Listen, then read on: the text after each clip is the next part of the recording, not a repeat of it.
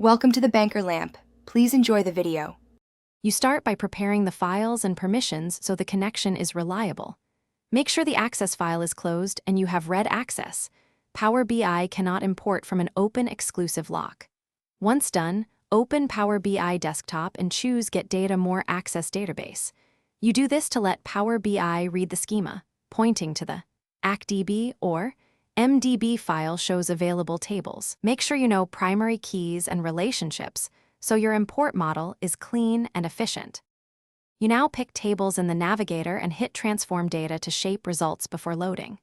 Use Power Query to remove unused columns, set correct data types, and apply filters. This reduces model size and speeds refresh.